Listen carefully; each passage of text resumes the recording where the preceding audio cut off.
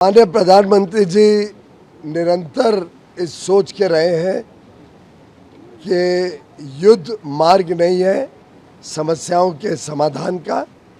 Dialogue और diplomacy, बातचीत के माध्यम से, कूटनीति के माध्यम से समस्याओं का समाधान होना चाहिए। রাজা গোপাল বাবু, আপনি যেমনটা বলছিলেন যে আগামী দিনে ভারতের ভূমিকা ঠিক কি হতে চলেছে?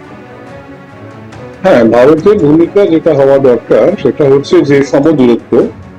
আমরা ইসরায়েল আমাদের বন্ধু এবং ইরান আমাদের বহু পুরনো দিনের বন্ধু। ভারতীয় সভ্যতা, পারস্য সভ্যতা বহু দিনের। তো দেশে আমাদের কাছে খুব কাছের মানুষ। আমরা কারোর পক্ষ নিতে পারি না, কারোর বিরোধিতা করতে পারি। আমাদের বক্তব্য হচ্ছে যুদ্ধ চাই না, আমরা বুদ্ধির কাছে মাথা নত করতে চাই, অর্থাৎ শান্তি চাই। সুতরাং সেই বার্তাই আমরা দেবো এবং যত যুদ্ধ তাড়াতাড়ি থামবে তাতে কি হবে, যারা পৃথিবীর অধিকাংশ দেশে তারা তেল ভোগ করে, তেল অয়েল কনজিউমিং কান্ট্রি, তারা অয়েল তৈরি করে না, অয়েল তৈরি করে মুষ্টিমেয় কিছু দেশ, এবং তার ফলে তেলের দাম বাড়লে যারা তেলটা কনজিউম করে তাদেরই কষ্ট হওয়ার সম্ভাবনা।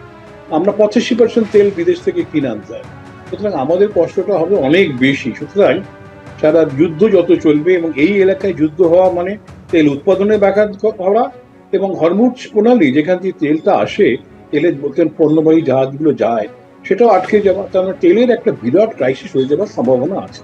তবে আমার বিশ্বাস যুদ্ধ আজকে যে জায়গায় গেছে, এরপরে মরিয়া হয়ে ইরান হয়তো কিছু করার চেষ্টা করবে। আমেরিকান যে সমস্ত ঘাঁটি আছে মধ্যপ্রাচ্যে সেগুলোকে অ্যাটাক করার চেষ্টা করতে পারে, এবং এরপরে আমেরিকা জবাব দেবে, মিসাইল যেগুলো মিসাইল রাখার সেগুলো অ্যাটাক করবে, এরপর অয়েল ইনস্টলেশন, অয়েল ডিপোতে আক্রমণ করবে। তখন কিন্তু ইরানের পক্ষে মানে বেঁচে থাকা মুশকিল হয়ে পড়ে। ইরানের উচিত এখনই শান্তির কথা বলা, ঠিক আছে যা হয়েছে হয়েছে, আমরা পূর্ব দিকে ফিরে তাকাবো না, এগিয়ে যাবো কি হচ্ছে না হচ্ছে, এবং সেইটাই যদি ইরান করতে পারে, কিন্তু সেটা যতক্ষণ আলী খামেনি থাকবেন ততক্ষণ সম্ভব নয়। সুতরাং regime change is very important. Owner ego রয়েছে এবং দেশকে তিনি সেভাবে জলাঞ্জলি দিতে চাইবেন। একটা ইরানের মতন দেশ তো আমরা চাইবো না জলাঞ্জলি, যার একটা মানুষের ব্যক্তিগত ইচ্ছার উপর নির্ভর করে।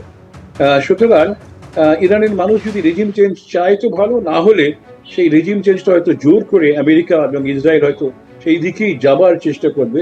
নর্থ কোরিয়াতে ওরা একটা আমেরিকা বিরাট ভুল করেছে, সেখানে কিম ইল সুং এর যে সরকার এবং তার বংশধররা দেশ চালিয়ে যাচ্ছে, এবং সেটা যদি চেঞ্জ করা যেত তাহলে হয়তো নর্থ কোরিয়া এত বিপজ্জনক হতো, সেটা করা যায়নি।